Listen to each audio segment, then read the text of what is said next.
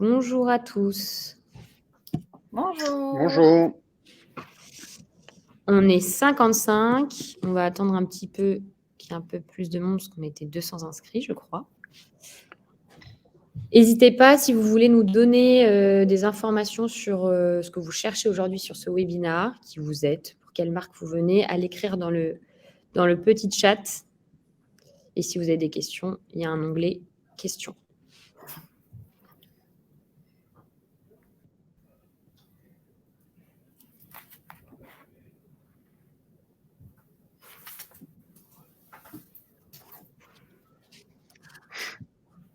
On y va.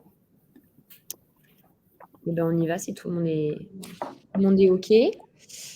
Bienvenue pour ce webinaire avec Aurélie, qui nous fait l'honneur de sa présence, et Charles, pour parler du souci du détail de la page d'accueil jusqu'au paiement. On va faire un tour de table peut-être pour un peu se présenter. Je vous donne la main, Aurélie, Charles. OK. Aurélie, je t'en prie. Ça marche, merci. Donc moi, je suis Aurélie Boudboul et j'ai cofondé la marque de prêt-à-porter féminin Soit Paris, qui est une marque spécialisée dans les imprimés qu'on dessine uniquement sur de belles matières. Et je pense qu'on sera amené à en reparler un petit peu plus. Et ravie d'être là avec vous deux pour parler de ces sujets passionnants. Merci Aurélie. Bonjour à tous. Donc, moi, je suis Charles Digby-Smith. Je suis directeur associé au sein du Digital Native Group et plus exactement de l'entité Factory, dans lequel on accompagne de façon opérationnelle tous les acteurs de l'univers direct to consumer, D2C. Et notamment, vous connaissez peut-être le Digital Native Club, dans lequel voilà, un grand nombre de marques sont présentes et dont Soit Paris, qui est membre du club. Donc bonjour à tous et puis n'hésitez pas si vous avez des questions pendant la présentation. Merci, je finis. Moi, je suis Eva, je suis business développeur chez PayPlug, qui est une solution de paiement en ligne française. Mon objectif, c'est d'accompagner les commerçants et les e-commerçants sur tous les sujets paiement. On va passer. Là, j'arrive plus à passer à la diapositive suivante. Quelques mots sur PayPlug, du coup, en 3 mots-clés. On est une solution simple, axée sur la conversion et l'accompagnement. On est une solution de paiement française, comme je le disais juste avant. On accompagne aujourd'hui plus de 20 000 clients, des commerçants, des e-commerçants, des DNVB, des PME, TPE et des commerces de proximité. L'objectif chez nous, c'est d'avoir une solution sans prise de tête, qui s'installe en quelques clics, axée sur la conversion et l'accompagnement, puisque c'est un sujet aujourd'hui qui est d'actualité. On a toutes nos équipes support et account managers qui sont à Paris. Le but, c'est d'optimiser cette partie et de vous donner des conseils sur la stratégie à ce niveau-là, tout au long de votre durée de vie chez PayPlug. À toi, Charles. Merci. Bon, comme je disais tout à l'heure, effectivement, Digital Native Group, on est aujourd'hui le cabinet leader de l'accompagnement de la croissance et de la performance des acteurs consumer et retail. Voilà, on a aujourd'hui trois activités principales, une activité de conseil en stratégie, une activité dans Factory qui consiste à construire des sites internet et puis à également faire du conseil opérationnel pour les acteurs du D2C. Et puis, comme je disais tout à l'heure, le Digital Native Club qui est plutôt un club de réseau et d'entraide pour tous les acteurs de cet univers-là. Voilà. Et puis je laisse Aurélie du coup nous présenter Soit, mais qui doit être en slide suivante. Voilà. Super. Alors donc moi j'ai cofondé avec ma sœur Soit Paris en 2016, donc il y a maintenant 6 ans. Soit Paris, comme je le disais en intro, il y a vraiment 3 piliers fondamentaux. C'est déjà les imprimés uniques et exclusifs qui sont dessinés par ma sœur, donc tout est fait par la main et un tissu soie, vous ne le trouverez nulle part ailleurs. C'est également des imprimés qui racontent des histoires. Donc juste pour vous donner un peu de contexte, par exemple, celui que je porte, c'est notre chemisier Reine Elisabeth avec un côté un peu trompe-l'œil où de près ou de loin, on ne verra pas forcément la même chose. Si je me rapproche, vous y verrez des petites reines Elisabeth. Ce ne sont pas des taches bleu, blanc, rouge. On travaille uniquement sur des matières d'origine naturelle, beaucoup de soie, d'où le nom, mais pas que. On va avoir des cotons, des lins, des laines, des cachemires, et le tout avec une fabrication responsable. Depuis 6 ans, on a développé notre distribution sur différents canaux. Donc, on fait 2/3 de nos ventes online et on a également 2 boutiques, une dans le Marais à Paris et une à Saint-Germain à Paris. Et on est en train d'ouvrir la 3e à Batignolles, qui ouvrira d'ici 2 semaines. Donc, je vous invite à y faire un tour. Voilà, et donc on avait mis quelques chiffres. Effectivement, on a connu une très forte accélération les 2 dernières années, notamment sur le digital, où on a fait x2 les 2 dernières années, ce qui a amené à pas mal de défis dont on va pouvoir discuter tout au long de ce webinaire.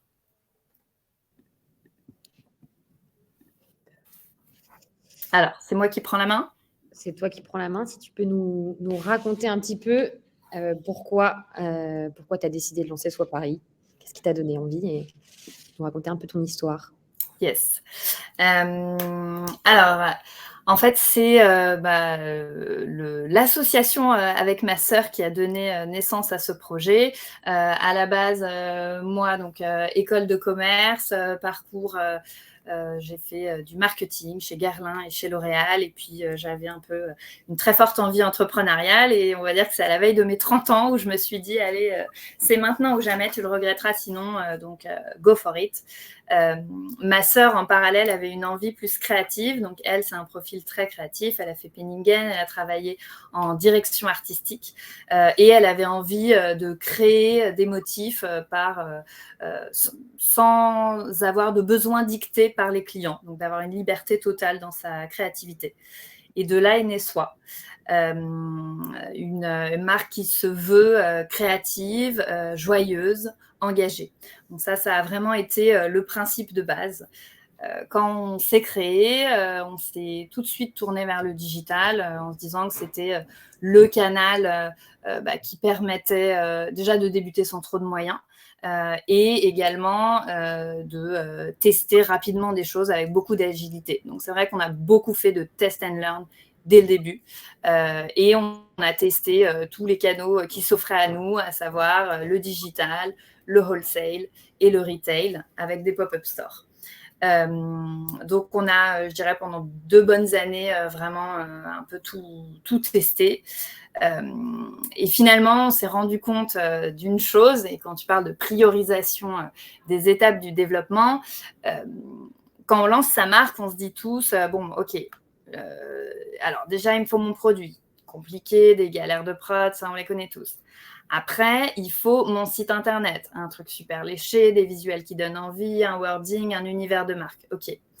Mais en fait, ce dont on ne se rend pas forcément compte et que j'aimerais partager ici, c'est finalement, pour moi, la chose la plus difficile, ce n'est pas toutes ces étapes qui sont des prérequis à une marque, mais c'est comment est-ce que je fais venir des gens sur mon site. Et donc, pour moi, la priorité, en fait, quand on se lance, c'est surtout ça, et c'est surtout réfléchir à, de façon online ou offline, comment est-ce que je fais pour faire parler de ma marque, que ça suscite une désirabilité et une envie de venir découvrir ce qu'on a à raconter. Donc ça, on l'a fait, je le disais, online, il y a plein de leviers différents. Donc ça passe par les réseaux sociaux, ça passe par l'influence, ça passe par tout ce qui va être CRM, donc les newsletters, tout ce qui va être collecte d'opt-in, c'est quelque chose qu'on fait beaucoup. Toute la partie sponsor aussi. Je passe un peu rapidement, et si vous avez des questions sur un des leviers en particulier, vraiment n'hésitez pas. Et puis après, il y a toute la partie offline sur laquelle on a pas mal travaillé aussi, avec par exemple des collaborations avec des marques. Donc nous, une des toutes premières collaborations qu'on a faites, c'était avec Ben Simon, qui nous a apporté une jolie visibilité, des événements en pop-up, et puis toute la partie presse qui est un incontournable aujourd'hui. Aurélie, je me permets de te poser 3 petites questions parce que je vois qu'il y a pas mal sur le chat, je vois qu'il y a pas mal de chefs de projet e-commerce, de gens qui lancent des e-commerce, etc. Donc peut-être pour aussi donner un peu des éléments, un peu de détails et spécifiques, mes 3 questions pour toi. La première, c'est quand vous vous êtes lancé avec ta sœur, est-ce que vous aviez la vision très claire d'être en train de lancer une marque ou vous étiez plutôt au début sur le lancement de produits qui sont ensuite devenus une marque? Je pense que parce que c'est aujourd'hui, effectivement, chez les DNVB, c'est un débat qu'on voit beaucoup. La deuxième question, c'est est-ce que vous êtes lancé à 2 ou plus? Est-ce vous avez eu de l'aide ou est-ce que vous étiez vraiment toutes les deux en solo au démarrage et pendant combien de temps? Et enfin, peut-être aussi donner quelques éléments sur ta stack technique et un peu comment vous en êtes arrivé à lancer votre premier site internet et sur la base, enfin, qu'est-ce qui vous a fait faire vos choix et comment? Yes. Alors, concernant ta première question, vision lancement marque ou produit, effectivement, c'est une super bonne question. Je pense que quand on se lance, on se dit je vais lancer une marque et il va y avoir tout un univers qui va être créé autour avec une charte graphique, un logo. Moi, ma sœur venant en plus de ça, c'est vraiment ce qu'elle savait faire, comment raconter une histoire. Donc pour nous, c'était quand même important dès le départ de ne pas arriver avec le énième produit dans un marché méga saturé, à savoir le prêt-à-porter, mais plutôt d'axer la communication avec quelque chose d'un peu différenciant. Et donc, c'est comme ça qu'on est arrivé avec ce concept de print stories, qui sont en fait des histoires qui se cachent derrière chacun de nos imprimés, qui permettent de donner beaucoup plus de sens à ce qu'on va porter, d'apporter ce petit supplément d'âme à son prêt-à-porter. Donc, dès le début, on se positionnait comme créateur d'histoires à porter, soit Paris au global. Après, en revanche, si je prends le produit, on avait très peu de produits au début. Forcément, on se lance avec une toute petite capsule. Et on était quand même pas mal focus monoproduit sur le chemisier, qui reste un de nos iconiques. Mais c'est vrai qu'on ne peut pas forcément au début avoir une gamme trop étoffée. Donc, c'est un peu ce que je disais, il faut tester petit à petit. Donc, on devait avoir peut-être 2 modèles de chemise, 2 de robes et un foulard. Enfin, vraiment, c'était une micro-capsule avec donc des produits sélectionnés. Après, ta deuxième question, donc, qui était de savoir si on était à 2 ou plus. Alors, on a tout fait toute seule au début, toutes les deux.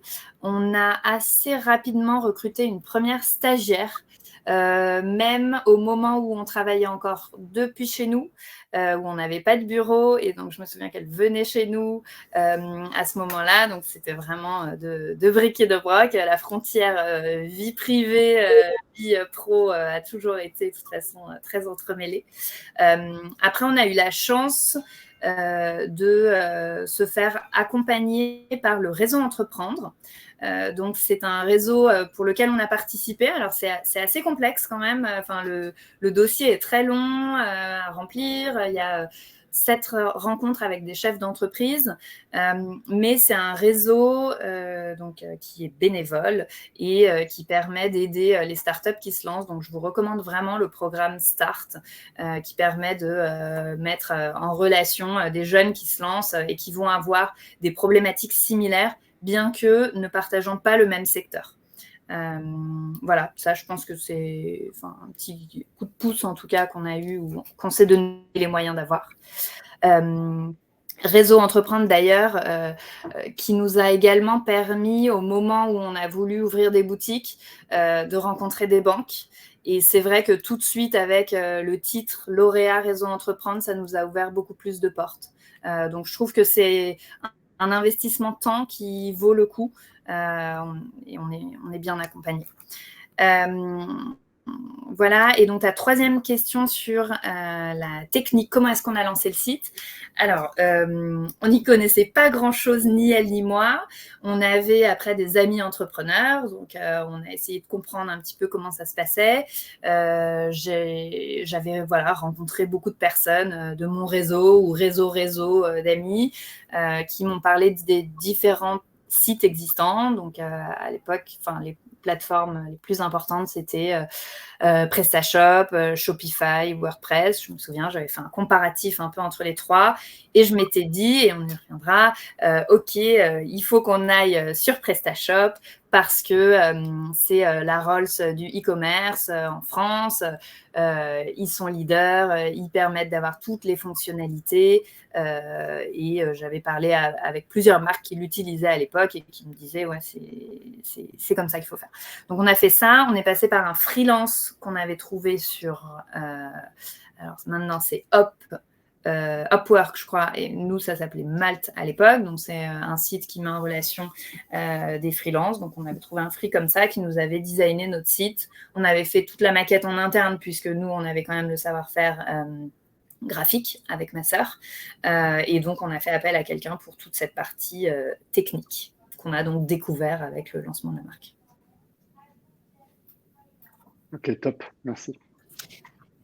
Moi, Aurélie, alors Caroline déjà avait une petite question, mais du coup, je pense que tu as un peu répondu sur le point de décollage de ta marque.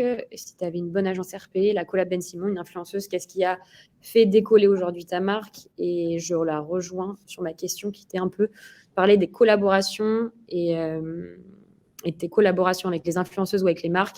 Est-ce que tu as vraiment eu des chiffres? Est-ce que ça a vraiment été un levier pour toi? Ou qu'est-ce qui a été aujourd'hui le facteur, selon toi, qui a fait décoller Sois Paris? Ok. Alors déjà, Caroline, ce que j'ai envie de dire, c'est que ça prend du temps et qu'il faut être quand même un peu patient. On a tout de suite, on est un peu tout de suite tout feu tout flamme et on a envie forcément que ça dépote et que ça y aille. Il y a des histoires qui existent et qui sont comme ça, mais il y en a qui sont également plus pérennes et qui prennent plus de temps jusqu'à arriver à un certain succès. Ce que je pense, en fait, c'est que c'est une succession de plein de petites choses. Et il ne faut pas juste se dire, tiens, c'est la collab avec telle influenceuse ou avec telle marque. C'est vraiment dans sa globalité et il faut vraiment se dire que toutes les petites actions qu'on va mener vont participer à la notoriété de la marque. Donc, je parlais des réseaux sociaux, en fait, c'est ultra chronophage, mais oui, il faut y être quotidiennement, que ce soit en post ou en story. Les influenceuses, alors au début, et d'ailleurs, on le fait même pas.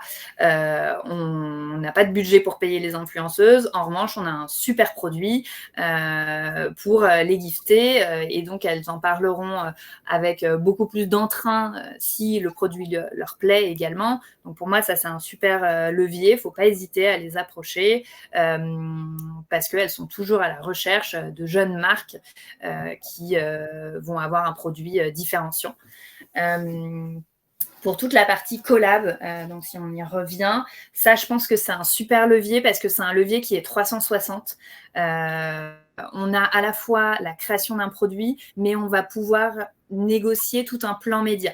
Et ça, pour moi, dans la collab, c'est quelque chose que j'ai appris au fur et à mesure, où finalement, c'est tout aussi important de créer un beau produit que de réfléchir à quel va être ton 360 médias. Donc, qu'est-ce qu'on va faire sur les réseaux sociaux? Est-ce qu'on fait un concours? Est-ce qu'on fait du gifting sur les influenceuses? Est-ce qu'on fait une newsletter croisée? Est-ce qu'on fait une collecte d'opt-in à plusieurs? Est-ce qu'on fait de la presse? Est-ce qu'on fait un événement physique? Voilà, il y a vraiment tout ça à prendre en compte. Et donc, oui, les collabs sont des super leviers de notoriété parce que ça permet... Après, il faut bien les sélectionner pour qu'on puisse s'adresser à une cible affinitaire, mais pas directement concurrente. Donc voilà, typiquement, Ben Simon, c'était une super collab. Pour eux, c'était la première fois qu'ils faisaient des Ben Simon en 100% soie. Et pour nous, bien sûr, c'était bénéficier de la visibilité d'une jolie marque. Voilà. Après, des collabs, il y a pas mal de types de collabs possibles. Il y a donc celles avec les marques, comme avec Ben Simon. Nous, on en fait pas mal avec des influenceuses aussi. Donc, on va proposer soit à des illustratrices de nous dessiner un motif. Donc, illustratrices qui habituellement le font sur du papier, de venir le faire sur un support vêtement autre.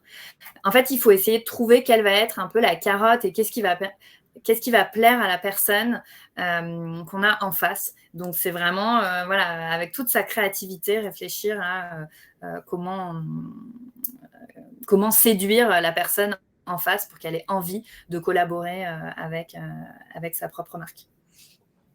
Super, top. Merci Aurélie. Et on parle un peu d'acquisition là. Le sujet d'aujourd'hui, c'est la conversion concrètement. Comment tu as converti tes clients dans toute cette stratégie-là aujourd'hui? Alors, au tout début, donc je faisais toute la partie sponsor seule. En fait, j'ai beaucoup fait seule au début pour moi-même savoir un peu comment ça fonctionnait. Et après, j'ai commencé à sous-traiter. Donc, toute cette partie, pareil, c'est vraiment du test and learn, à la fois sur Insta, sur Facebook. Et donc là, c'est quel type d'audience, à qui est-ce que je m'adresse, quel type de contenu, où est-ce que je le place, voilà, quel emplacement. Après, sur la conversion, nous, aujourd'hui, un de nos premiers leviers de conversion reste le CRM. Donc, pour moi, ça, c'est vraiment un levier qui n'est vraiment pas à négliger. On peut avoir tendance à se dire ah, mais c'est hyper intrusif ou ça colle pas forcément, qu'est-ce que je vais pouvoir raconter. En fait, il faut trouver des angles de communication parce que voilà, moi aujourd'hui ça fait 1/3 de mon business sur le web est fait par mes newsletters. On en envoie 2 par semaine, donc c'est très chronophage. Il faut à la fois avoir tout un planning d'animation commerciale, savoir ce qu'on va raconter, savoir comment est-ce qu'on va le mettre en forme.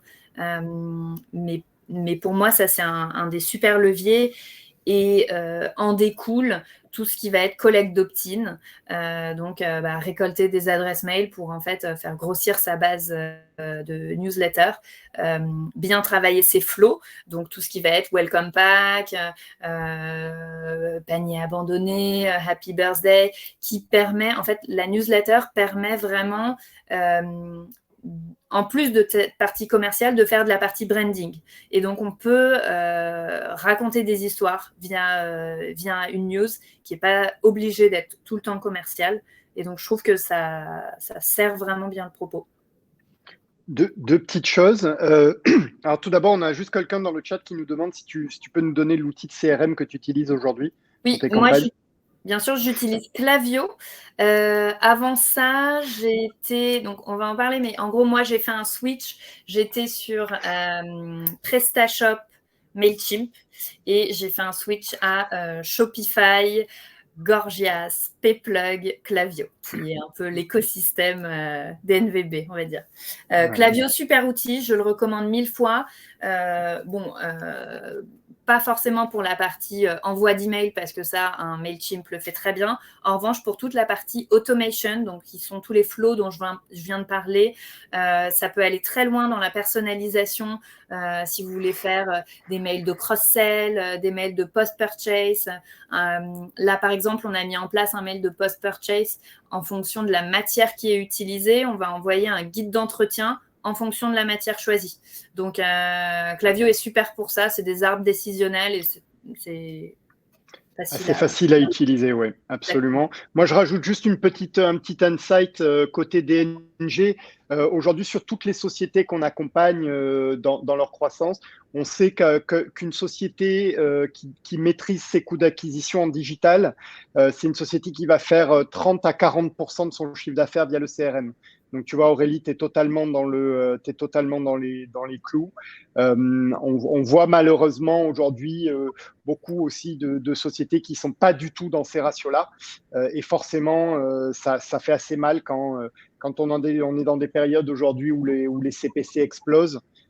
Et qu'on n'a pas mis en place assez tôt des stratégies de CRM et comme le disait Aurélie, de collecte d'opt-in en amont, évidemment, pour alimenter son CRM, et ça peut faire vite très mal. Donc c'est vraiment quelque chose qu'on encourage tout le monde à travailler très tôt, parce que finalement, le client que vous avez déjà fait venir sur votre site Internet et que vous avez souvent payé, si vous arrivez à le capter dans votre base CRM, c'est vraiment tout bénef pour la suite. Donc, un point important et bravo Aurélie, parce que c'est pas mal, c'est très bien, 33% de chiffre d'affaires sur le CRM, c'est vraiment un bon métrique. Et d'ailleurs, je rebondis là-dessus, même sur le sponsor, on a mis en place depuis peu, parce que donc, le sponsor, bon là, les coûts d'acquisition explosent, c'est un peu l'enfer pour tout le monde. Néanmoins, on a mis en place des campagnes de collecte d'opt-in, justement. Donc, il y a sur Facebook un formulaire de lead generation qui permet, alors après, il y a différentes mécaniques, ça peut être via un concours ou tout simplement via une inscription pour découvrir notre lookbook en avant-première, par exemple. Ça marche assez bien. Et ça nous permet de récolter des adresses mail aussi. Mais voilà, vraiment ne pas négliger cette collecte d'opt-in. Et donc, quand vous avez des collabs, toujours penser comment est-ce que je peux avoir des adresses mail en plus. Merci Aurélie. On va peut-être passer à la suite. Et puis, si ça va bien, tes conseils sur les erreurs que tu as potentiellement pu faire pendant tes débuts et les conseils que tu as pour tous ceux qui nous écoutent. Yes. Donc, j'en ai rapidement parlé de ce changement d'écosystème. Donc, 3 ans après le lancement, jusqu'en 2019, on était donc toujours sur PrestaShop. On avait donc un PrestaShop pour le site qui n'était pas très agile, compliqué. Dès qu'on voulait faire un changement, on n'avait pas du tout de drag and drop, par exemple. Donc, il fallait systématiquement passer par un freelance pour qu'il nous fasse du dev qui nous semblait assez simple de se dire, bon, je veux juste mon bloc, le mettre ici et pas ici. Et autre gros point de friction, on a ouvert en fait notre première boutique en 2018, rue Vieille du Temple dans le Marais. Et on avait un logiciel de caisse qui à l'époque, c'était Kezia de chez JDC, qui était un logiciel complètement à part du PrestaShop. Et donc, en fait, c'était une énorme galère puisqu'on n'avait pas du tout de vision omnicanal. On avait 2 catalogues distincts à recréer, donc ça prenait en plus 2 fois plus de temps. On avait 2 prix aussi différents. Enfin, c'était franchement de stocks différents, de bases CRM différentes, tout était différent. Et donc, j'ai regardé pour faire le pont entre les deux. Je me suis rapidement rendu compte que ça ne fonctionnait pas. Du coup, je me suis dit, OK, je vais tout changer. C'est le moment. Et on a décidé de passer sur Shopify. Meilleur choix qu'on ait pu faire. Parce qu'avec Shopify vient tout un écosystème, justement, de plein de prestataires. Et donc, Shopify nous a permis non seulement de gagner en agilité sur le site, parce qu'aujourd'hui, on a vraiment la main mise sur toutes les modifs qu'on veut faire. On a une super agence donc, qui s'appelle l'agence PM, que je vous recommande chaudement. Julien nous a accompagnés dans cette refonte. Il nous a fait la migration aussi, qui est un gros chantier, puisque on n'a quand même pas envie de perdre toute la data collectée les 3 dernières années, et puis tout le savoir sur nos clients, par exemple. Donc voilà, vraiment amélioration sur l'agilité du site et également sur cette vision omnicanal, puisque ayant donc une boutique à l'époque, maintenant 3, grâce à Shopify, on utilise Shopify POS, qui est leur système de caisse et qui nous permet d'avoir cette vision totalement à 360 sur mes stocks, sur mes clients également. Donc, on peut faire du click and collect. Quand un client vient et qui ne se souvient plus de sa taille, on peut lui retrouver ses commandes précédentes. On peut envoyer depuis l'entrepôt. Si on n'a pas le stock en boutique, voir quels sont les stocks dans les autres boutiques. Donc voilà, donc tout ça nous permet vraiment de gagner en agilité. Et c'est vrai que quand on parle même à des très gros qui n'utilisent pas forcément ces outils, ils sont assez surpris que nous, à notre petite échelle, on ait déjà mis en place tout ce système omnicanal. Et ça, c'est vraiment grâce à Shopify qui nous permet d'avoir des outils faciles d'utilisation pour le quotidien.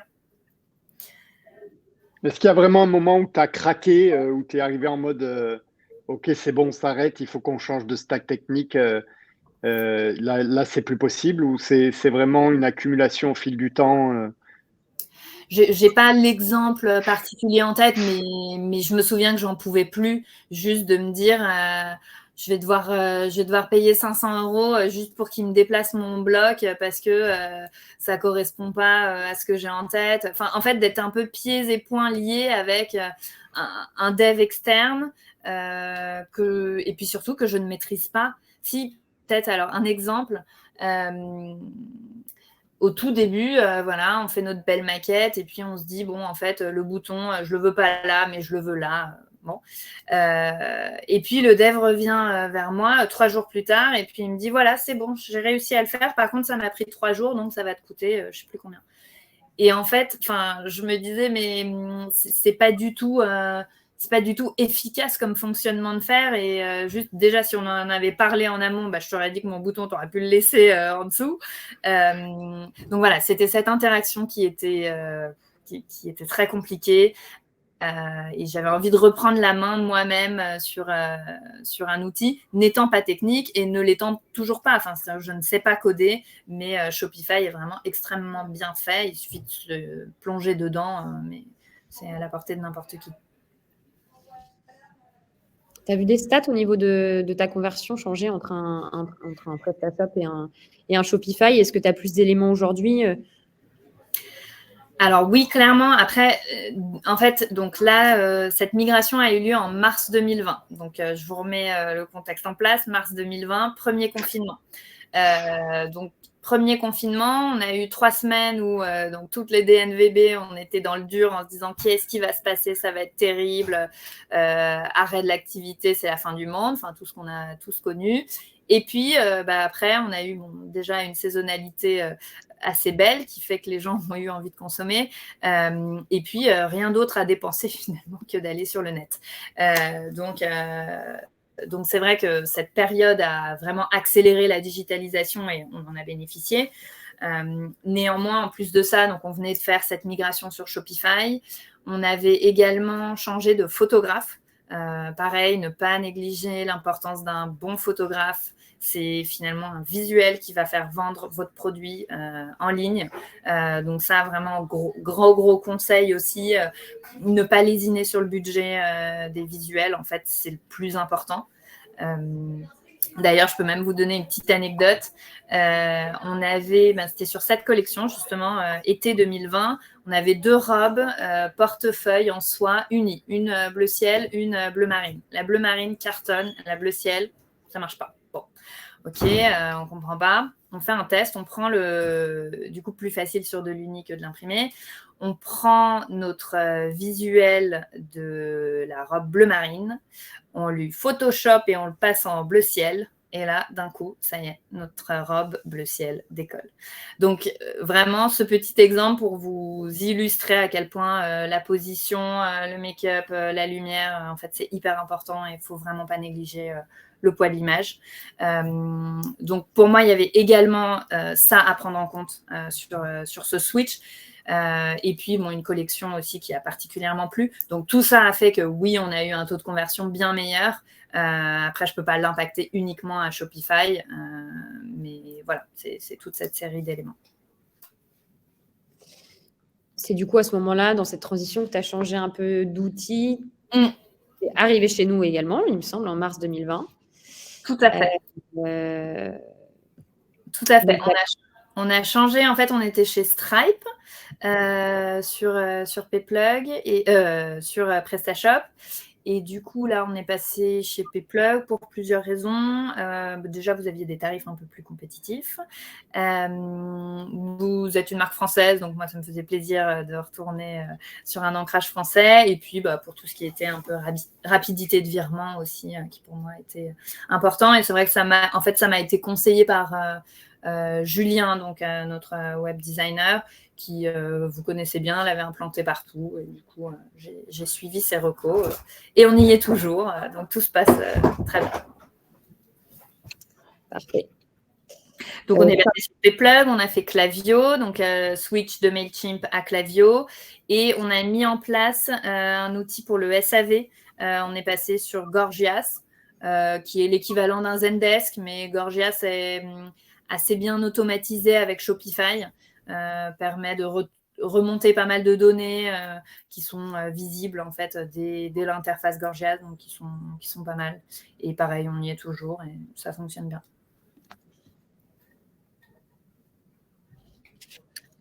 Parfait. Charles, est-ce que tu as des choses à rajouter, toi, de ton côté? Non, enfin, sauf si on rentre un peu dans les... Alors, je vois qu'on revient à la question sur le CRM, pardon, en même temps. Non, le CRM est celui de Klaviyo, pour répondre à Hassan, qui est une appli qui se branche sur Shopify. Ouais. Voilà. Oui, je pense et on a une question. Bah voilà, Sophie qui nous demande êtes-vous sur Shopify Plus? Non, Aurélie? alors nous on est toujours sur Shopify Advanced. Et ce qu'il faut savoir, c'est qu'on peut faire quand même on peut faire de la personnalisation sur Shopify. Si vous allez regarder notre site, on a quand même pas mal travaillé tout ce qui va être design, storytelling pour vraiment raconter l'onirisme derrière nos produits. Et ça, c'est tout à fait possible sur Shopify. D'ailleurs, maintenant que j'y pense, au début de ma quête, donc en 2016, de ma quête de CMS, on m'avait dit, je n'avais pas pris Shopify parce qu'on m'avait dit que c'était moins flexible et que j'arriverais pas à avoir une belle maquette voilà, que ça allait, qu'ils se ressemblaient un peu tous avec les templates, mais c'est faux. Je trouve qu'on arrive à faire pas mal de personnalisation avec. Alors, c'est vrai qu'il y a eu une évolution sur Shopify, ce qu'on appelle les thèmes 2.0, qui ont amené notamment pas mal de flexibilité. Pour approfondir juste le point de Sophie, mais Shopify Plus va apporter une différence majeure, mais il faut pouvoir évidemment la rentabiliser. C'est la possibilité d'éditer et de customiser le checkout. Donc, de rajouter voilà, des scripts, de changer des étapes. Je regardais notamment, et c'est très intéressant, mais on voit aujourd'hui que sur les méthodes de paiement, PayPal remonte avant PayPlug dans le checkout de soi. Ça, c'est obligé. Évidemment, sur un Shopify Advanced, on pourrait le scripter sur un Shopify Plus, mais il faut avoir les volumes finalement de chiffre d'affaires qui le justifient. Je pense que je ne suis pas très loin de la vérité dans les ordres de grandeur si je dis que PayPal coûte à peu près deux fois et demi plus cher qu'une transaction sur PayPlug. Donc, si vous commencez à passer des volumes de l'ordre de 130 150 000 euros mensuels, vous avez quand même un vrai intérêt financier, même avec les coûts de Shopify Plus, à passer sur la customisation du checkout pour faire remonter la carte bleue en premier. Ça, c'est voilà, mais c'est vrai que c'est dépendant de Shopify Plus. Dominique a une question pour Eva. Est-il possible de payer en un seul clic avec PayPlug? Tout dépend du CMS sur lequel vous êtes. Sur Shopify, non. On n'a pas cette fonctionnalité-là. Sur tous les autres, oui, effectivement. Après, sur Shopify, c'est vrai qu'il y a pas mal d'outils aujourd'hui qui permettent d'avoir le paiement d'un clic. Donc, Dominique, pas sur Shopify pour le coup. Voilà. Il faut savoir que Shopify se réserve quand même des options, notamment parce qu'ils ont leur propre solution concurrente, Shopify Payments, avec des taux de paiement quand même relativement chers, il ne faut pas l'oublier, mais qui permettent d'accéder à certaines features qu'ils se réservent évidemment en tant qu'éditeur du CMS. Exactement. Avant, c'était Stripe. Maintenant, c'est Shopify Payment. Donc, c'est vrai que c'est un peu plus compliqué de se faire un pied dans Shopify, même si aujourd'hui, on accompagne chez PayPlug des gros Shopify depuis des années, comme Rhino Shield, d'ailleurs, qui est un des plus gros Shopify de France. Alors, je vois une question. Quel est le ratio de vente PayPal versus CB classique sur soi? On fait 60% sur PayPlug, 30% sur PayPal et 10% chez Alma, qui est un fournisseur de paiement fractionné. Est-ce que vous vendez à l'étranger? Si oui, avez-vous 2 instances Shopify différentes? Alors oui, on vend à l'étranger. Aujourd'hui, on fait 80% de nos ventes en France, donc les 20% restantes à l'étranger. En revanche, on gère tout sur le même back-office. on utilise Weglot, qui est un super outil de traduction qui permet de traduire de façon instantanée nos pages. Donc actuellement, on traduit uniquement en anglais. Voilà, et on n'a pas besoin d'un back-office différent. Ça, il ne faut pas hésiter. C'est typiquement, ça a été un grand sujet de conversation à la dernière journée du Digital Native Club, puisqu'on avait des ateliers sur l'internationalisation. Et il y a des pour et des contre dans les deux possibilités. C'est-à-dire que c'est vraiment des choses à prendre en compte au démarrage du projet. Shopify met des contraintes des deux côtés, qu'on soit en instance seule ou en multi-country. Donc ça, c'est ça peut faire vraiment l'objet d'un séminaire de 2 heures à part entière juste sur cette question. Voilà, ne pas hésiter à creuser le sujet par ailleurs, mais ça peut être assez complexe selon les situations. Et d'ailleurs, j'ajoute que justement, quand on était dans l'écosystème d'avant sur PrestaShop, on traduisait nous-mêmes à la main nos textes, donc ce qui nous prenait un temps de dingue.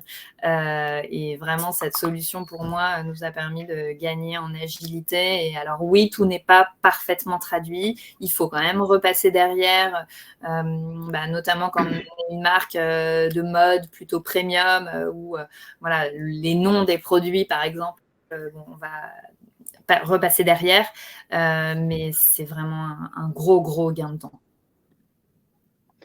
Peut-être juste parce que je pense à ça, on parlait évidemment du taux de conversion. Une étape importante dans le taux de conversion, c'est finalement le processing du paiement. Donc Aurélie, est-ce que toi, tu as vu des différences de ton côté avec le passage à PayPlug? Et Eva, je crois que tu m'avais expliqué, même si je n'ai pas tous les détails, mais des niveaux d'autorisation qui permettent de quand même apporter des vraies différences aux e-commerçants sur les améliorations des paiements. Nous honnêtement, ça a été assez indolore. Enfin, pour moi, ça a plus été sur le choix du prestat que vraiment sur la prestation client qui est exactement la même. Après, la différence peut-être sur Stripe, le checkout est sur la page de checkout. Sur PayPlug, on sort de la page, mais finalement, on arrive, je crois que tu l'as mis d'ailleurs, je vais remettre sur la slide. Voilà, on arrive à faire un truc un peu sympa qui reprenne les codes du site internet. Donc, pour moi, c'était la seule différence. Et après, Eva, je te laisserai raconter des choses techniques. Déjà, je suis rassurée que tu dises que ça ne t'a pas changé grand-chose. Non, franchement. L'idée, c'est toujours de rassurer le consommateur. Donc, on personnalise la page de paiement qui est responsive, tout type mobile, tablette, ordinateur. De garder un petit peu les logos pour rassurer aussi PCI DSS, le fait qu'il y ait le logo PayPlug et l'identité de la marque. Ça, c'est à votre guise sur la personnalisation. L'idée, c'est de multiplier pour moi les solutions de paiement comme tu as, toi, Aurélie, tu as Alma, tu as PayPal, tu as PayPlug. Le but, un petit peu, c'est d'être sur tous les canaux de vente. On propose aussi bien donc le plugin sur votre site e-commerce que les demandes de paiement pour être un petit peu sur tous vos canaux de vente, réseaux sociaux, pour aider le service client à relancer les paniers abandonnés ou des personnes qui éventuellement n'arrivent pas à payer sur votre site internet. On parle aujourd'hui de plus en plus de taux d'acceptation, d'échecs de 3DS. Ce qu'on a fait avec Aurélie et avec ses équipes, c'est le Smart 3DS qu'on a mis en place avec elle, qui est du coup lié à la DSP2. Alors, je ne sais pas si vous en avez entendu parler, c'est la nouvelle norme pour éviter la fraude sur les sites internet. Le but aujourd'hui, c'est de maximiser le taux d'acceptation que tu as, Aurélie. Nous, on propose 5 niveaux entre sécurité et conversion. Donc, pour les plus frileux, on va proposer un niveau 1 axé sur la sécurité. Et pour les moins frileux, on va axer sur la conversion. On a fait le test avec toi, Aurélie. On est parti il y a 2 mois et demi sur un Smart 3D Secure niveau 4, sachant qu'on a 5 niveaux. Et tu as gagné un demi-point, il me semble, en 1 mois et demi. Et tu tournes aux alentours de 96%, si j'ai les chiffres qui sont bons en tête. Le but, c'est de maximiser les ventes sur ta cible qui est, toi, complètement franco-française et qu'on connaît bien dans le retail. Alors, je ne sais pas s'il y a eu des questions entre-temps. Mehdi, je vous enverrai un petit message juste après. Je viens de voir votre message. Et pas d'autres questions en plus. Françoise, je crois que les questions sur Alma, très rapidement, ce n'est pas forcément le sujet. Aujourd'hui, il n'y a pas de... en fait, les étapes sur les connexions sur l'interface de banque sont liées à différents parcours, elles ne sont pas du tout systématiques. Donc ça, il y a de nombreux cas de figure qu'on ne peut pas forcément prendre en compte, ici. Voilà. Alors, comment relancer un panier abandonné? Ça, avec Klaviyo, vous avez un mail automatique qui permet d'être envoyé. Et puis, il y a un certain nombre de critères. Donc, on peut dire si ça a été vu, si on veut l'envoyer au bout de 5, 10, 15 minutes, 1 heure, 3 heures, toute une série. Si vous voulez faire un mail, 2 mails, 3 mails, et ce que vous voulez mettre dedans. Donc, tout ça, c'est très bien fait avec Klaviyo. Moi, pour les e-commerçants qui sont intéressés, je vous invite à regarder sur le site de Soi. Il y a des choses qui sont extrêmement bien faites. Notamment, vous avez un très joli module d'aide au choix de la taille sur les pages produits qui est très bien conçu, qui doit tourner, je suppose, Aurélie, avec un plugin Shopify. Oui. Alors, ouais, pardon, vas-y. Sur le guide détail, on est passé par Fittle, qui est donc une boîte qui est experte dans vraiment le sizing. Et alors, j'ai plus les stats en tête, je vais les retrouver. Mais ça nous fait gagner en taux de conversion vraiment énormément. Je vais chercher dans mes mails, je sais que je l'ai. Et donc, c'est un super outil. Ça coûte un peu cher quand même. Donc, il faut faire un certain volume. Mais c'est un super outil qui permet de se comparer à d'autres marques. Donc, de dire, je ne sais pas, chez Cézanne, je m'habille en 36, donc je vais mettre quoi? On renseigne ses mensurations et puis, hop, ça nous sort la taille qu'il faut. Et ça a permis de réduire les taux de retour aussi. Donc, c'est vraiment un super outil. Bon, alors bizarrement, avec mes mensurations, ça n'a pas marché. J'ai pas trouvé de chemisier, mais j'ai quand même trouvé l'expérience super bien faite. Et puis un autre outil qui est canon vraiment chez Aurélie, là, il réunit toutes les best practices. Donc celui-là, allez-y, copiez-le, pillez-le, inspirez-vous. Non, elle a un pop-up de cross-sell qui est combiné avec une barre de progression pour atteindre la livraison gratuite et surtout un élément qui pour moi est essentiel, qui est le choix de la taille et l'ajout au panier directement dans la pop-in. Et ça qui permet de ne pas du tout venir interférer avec le parcours de l'utilisateur. Donc là, on coche vraiment sur ça, on coche vraiment toutes les cases des best practices en termes de cross-sell. Donc n'hésitez pas à aller bien vous en inspirer parce qu'il est très canon. Voilà. Et ça, c'est un outil qu'on a développé avec notre développeur. Donc, vraiment from scratch. Après, on s'était inspiré de pas mal de solutions existantes. En fait, il existe des modules qui font ça. Nous, on a préféré le développer nous-mêmes. Mais voilà. Vous pouvez aussi, je crois que c'est Potion, il me semble, qui faisait ça, qui s'est peut-être rebaptisé. Je ne me souviens plus comment il s'appelle. Et sinon, je regardais, donc là, j'ai sous les yeux les de conversion avec Fittle. Et donc, en moyenne, nos visiteurs achètent 6 fois plus après avoir eu une recommandation Fittle. Donc là, c'est les stats que j'ai à octobre. C'est énorme. Donc, c'est vraiment énorme. Donc, voilà. Je passe à la slide suivante, Aurélie, puisque le temps tourne un petit peu. Alors, maintenant, je suis passée à la slide précédente. Est-ce que tu peux nous parler un peu de la suite? Qu'est-ce qui va se passer aujourd'hui chez Soi Paris dans les prochains mois, prochaines années? Yes.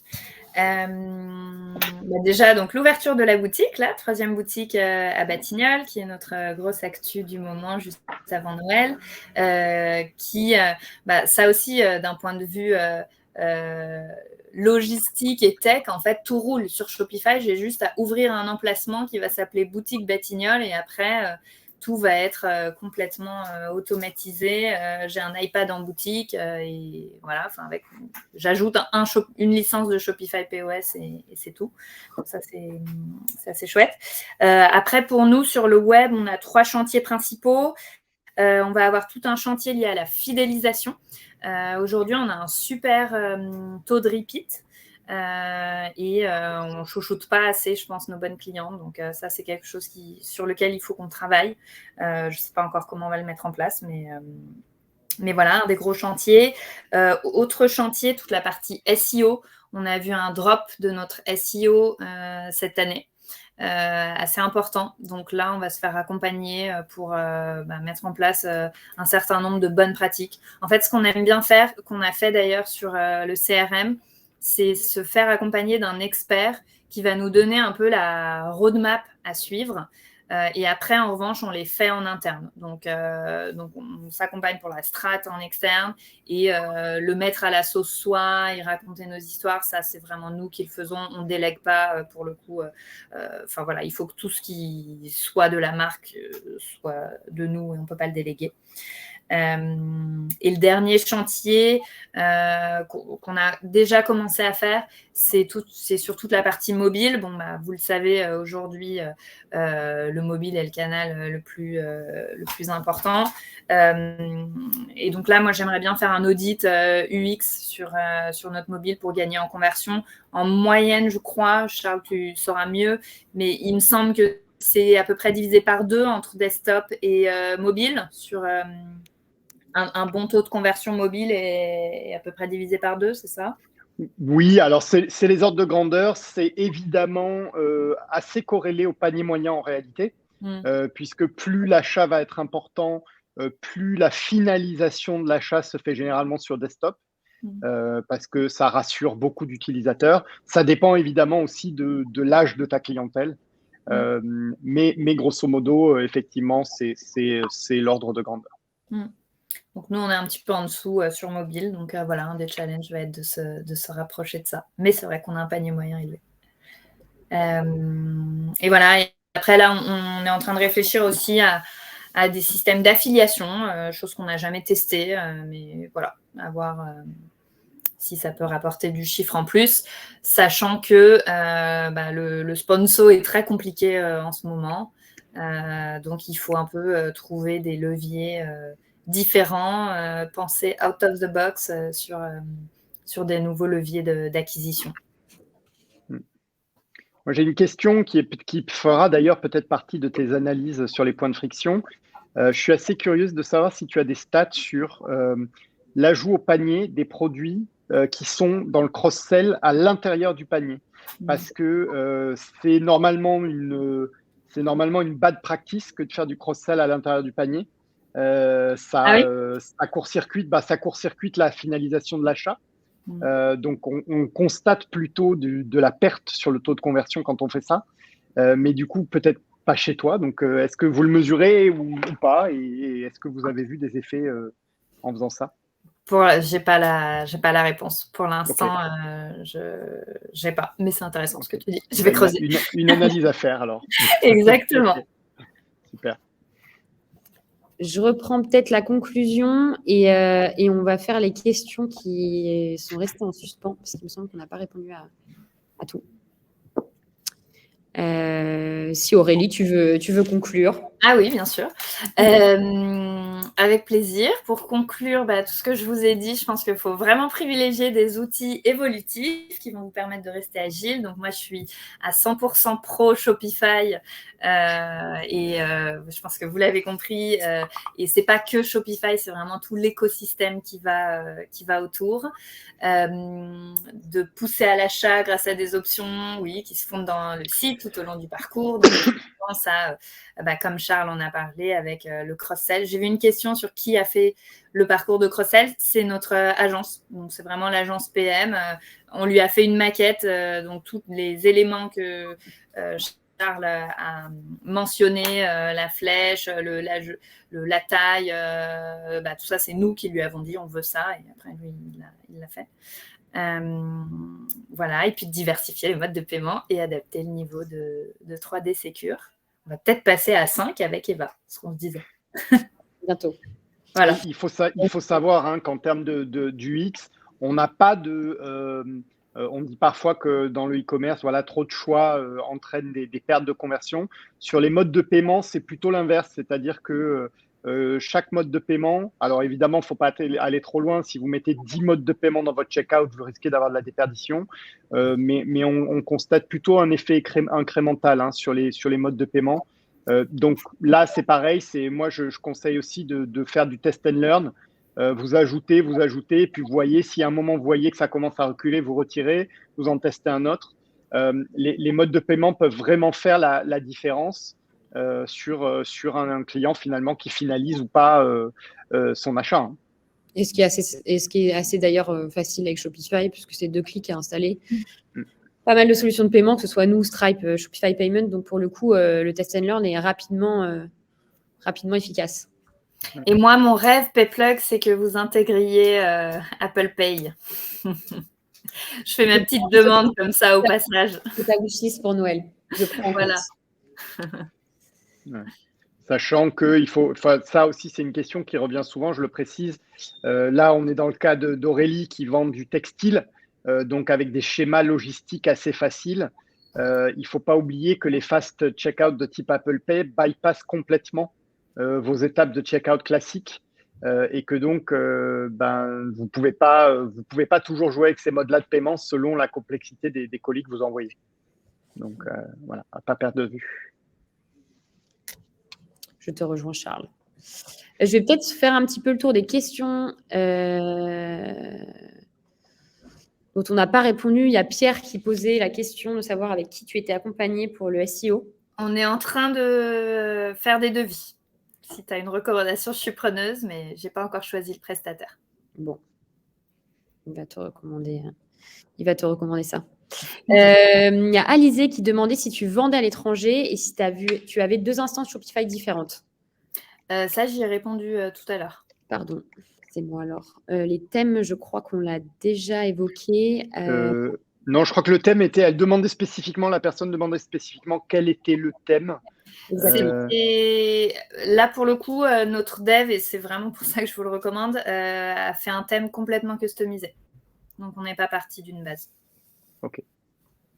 C'est aussi pour ça que je l'ai choisi. Il me semble qu'il y avait aussi... Alors, tu as parlé de prêt bancaire, Aurélie.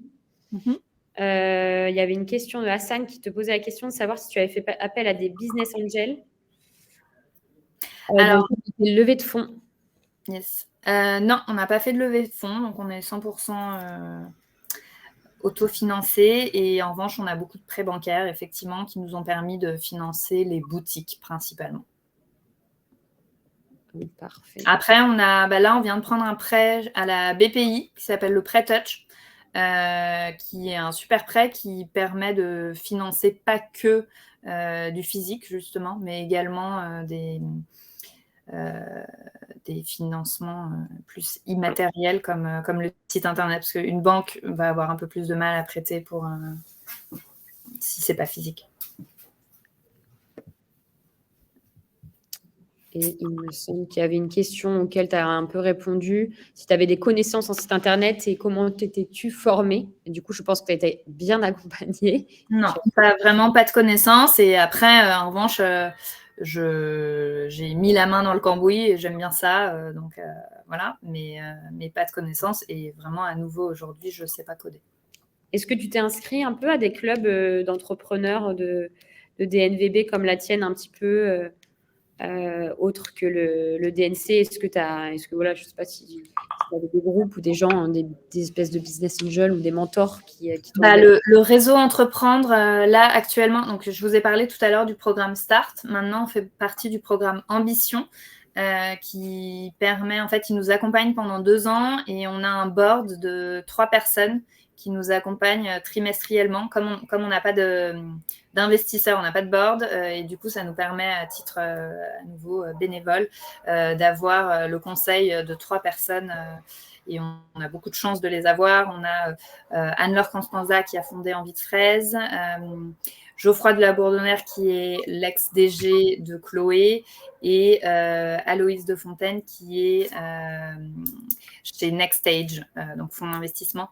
Et donc ça, c'est vrai que c'est grâce au réseau Entreprendre aussi où on a pu être accompagné par des personnes qui savent de quoi ils parlent. Tu as plein de recommandations, Aurélie, pour le SEO. Ah bah super, je vais regarder. Merci beaucoup. Et je voyais que d'ailleurs quelqu'un demandait comment on rejoignait le DNC, j'ai vu en question. Eh ben, on va très simplement sur digitalnativeclub.fr et on clique sur le bouton postuler. Voilà. Aussi facile que ça. Et c'est super, à la fois pour échanger et rencontrer des autres entrepreneurs qui vont avoir les mêmes problématiques que vous et aussi pour toujours apprendre avec de nouveaux prestataires. Voilà, moi j'aime beaucoup. Il y avait 2 dernières questions, il me semble, qui étaient un peu paiement sur la sécurisation du niveau 5 du 3D Secure. C'est Thierry qui m'a posé cette question. Pas du tout. Rien à voir avec le mot sécurité. Pour la petite histoire, nous, on a un taux de fraude aujourd'hui chez PayPlug qui est de 0,0017 à peu près, quand la moyenne était à 0,149.